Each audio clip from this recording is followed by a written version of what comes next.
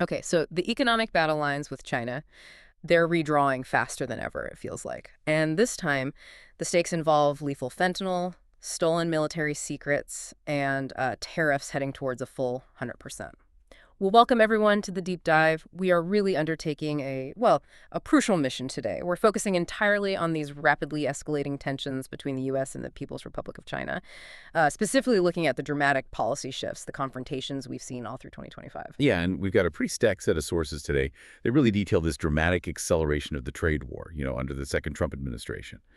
And the deepening national security threat, cyber military espionage, and maybe most tragically, the central role the Sentinel crisis is playing in driving these, very aggressive policies.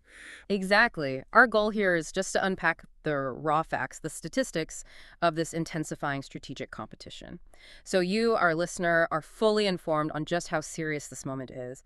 What's really fascinating, I think, is how quickly the administration has moved to link these three things: trade, drugs, defense, that maybe historically were kept a bit separate. Now it's one unified high-pressure strategy. And it's that unified strategy making headlines, like right now. The immediate conflict really driving this conversation stems from events just this month, October 2025. That's right. President Trump announced a staggering 100% tariff on goods imported from China.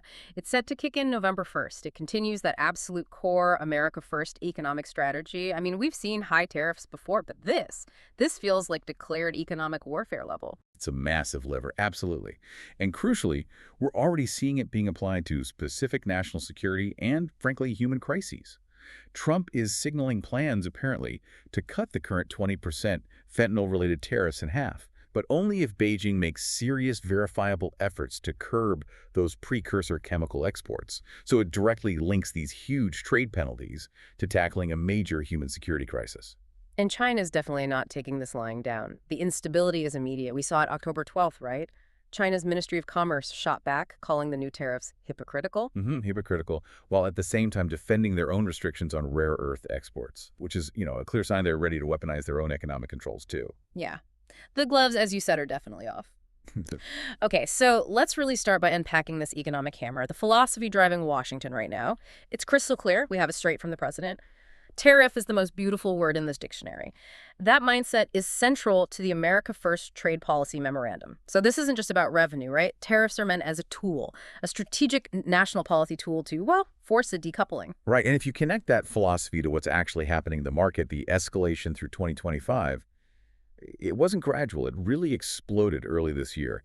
The administration sharply escalated baseline tariffs to an effective, 145% on some goods. Yeah, 145% before they eventually negotiated that temporary reduction back down to 30% for 90 days in May. Exactly. But that initial 145% signal, that was the shockwave. It showed the global market, and maybe more importantly, Beijing, just how far the U.S. was willing to push trade policy boundaries. So what does this 100% tariff hitting next month actually mean on the ground? I mean, does the Chinese manufacturer just eat the cost? Or is it the American importer and, ultimately the consumer who pays? Well, that's the critical point that often gets a bit lost, I think.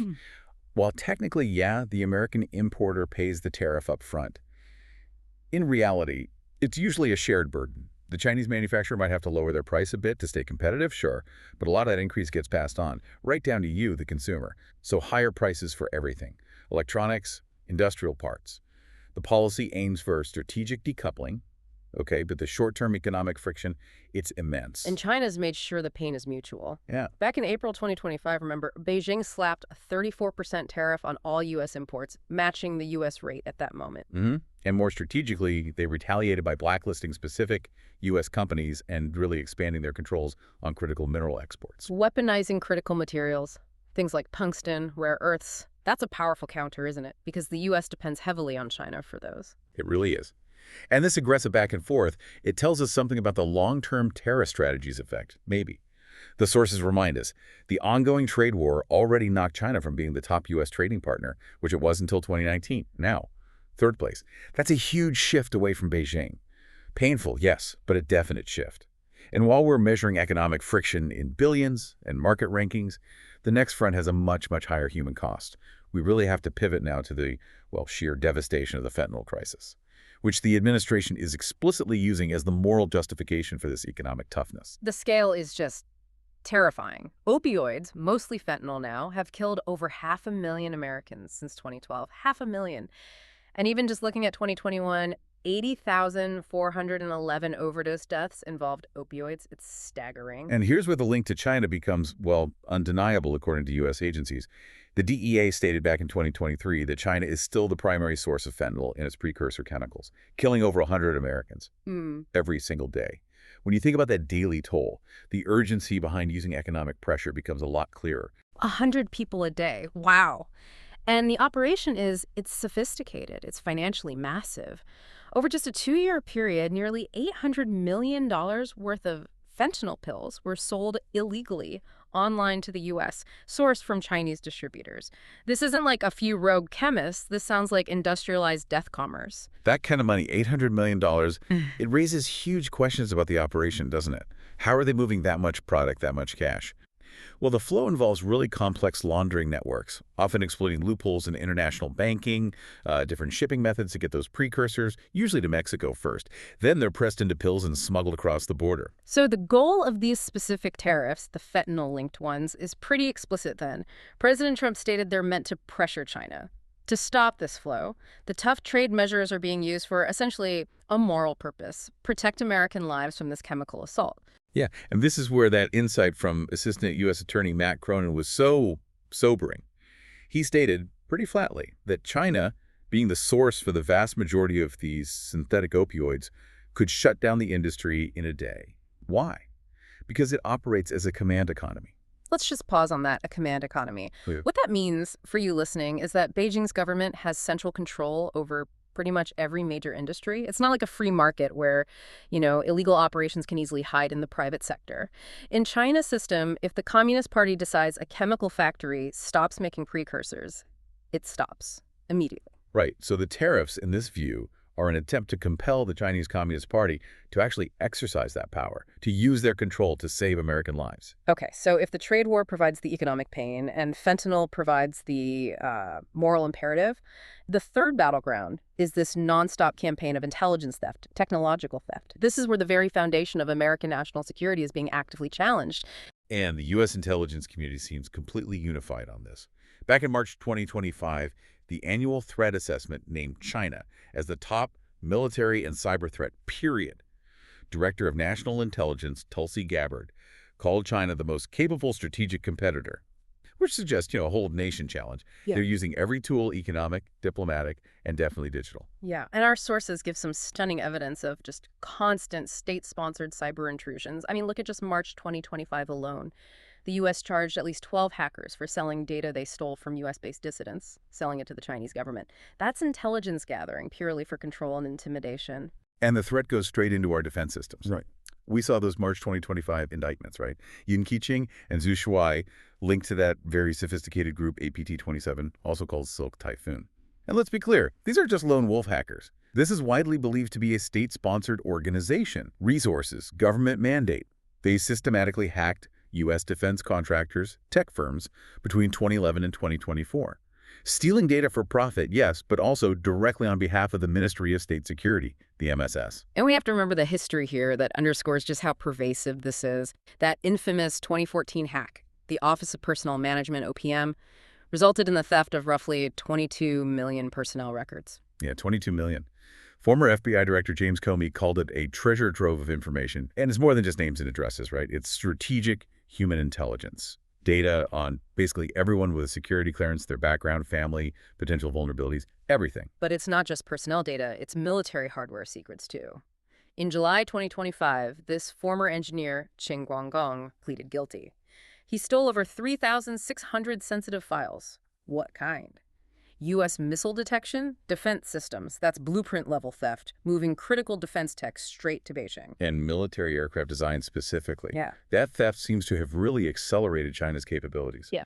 Between 2008 and 2014, cyber espionage reportedly enabled the theft of over 630,000 files from Boeing. 630,000. Wow. Yeah. Related to the C-17 Globemaster transport, the F-22, the F-35 fighter jets, prosecutors argued that theft likely let China accelerate its own military development by years, saved them billions in R&D. That direct link, digital theft, to actual military hardware, that's Yep. precisely why the U.S. is hardening defenses using more than just tariffs, right? The Commerce Department recently launched those Section 232 investigations. Exactly, a national security review, basically, Yep. into imports of things like robotics, industrial machinery, PPE, medical devices, even wind turbines. And Section 232, just so everyone understands, that's important because it lets Commerce decide if imports of specific goods threaten national security, which can then lead to tariffs or other restrictions, even if the goods aren't, traditionally military stuff. Right. It really shows the administration realizing that relying on China in almost any critical industrial or medical sector could pose a national security threat down the line. So let's try to quickly summarize this battle that's really intensified through 2025 based on all this source material we've covered. It seems like we have three interconnected fronts, three theaters of conflict, each with immediate policy consequences. First, yeah, you've got the deliberate escalating trade war, driven by tariffs, now heading towards that 100% mark, all fueled by the America First idea, trying to prioritize U.S. economic leverage and force those supply chains to shift. Second, there's the moral argument, the policy imperative to combat the Chinese-sourced fentanyl crisis, using these massive trade penalties as direct pressure, trying to compel a command economy, as you said, to stop the flow of precursors killing hundreds of Americans every week. And third, the just constant need to defend against relentless state-sponsored tech theft, military espionage, stuff that seeks to undermine U.S. defense capabilities, which is forcing these aggressive national security reviews across critical industries. And this whole confrontation, it's not happening in some small corner of the world, the U.S. and China. We're talking the world's largest and second largest economies. Together, they account for, 44.2% of global nominal GDP? That's huge. Massive. So, considering the intensity of this trade war, the really critical nature of the stolen military tech, and China's actions or maybe inaction on fentanyl, what's the ultimate cost of trying to decouple? How far can the U.S. afford to push before maybe global economic instability becomes unavoidable? That's something to think about. Your deep dive homework for today. Definitely something to think about. We'll see you next time.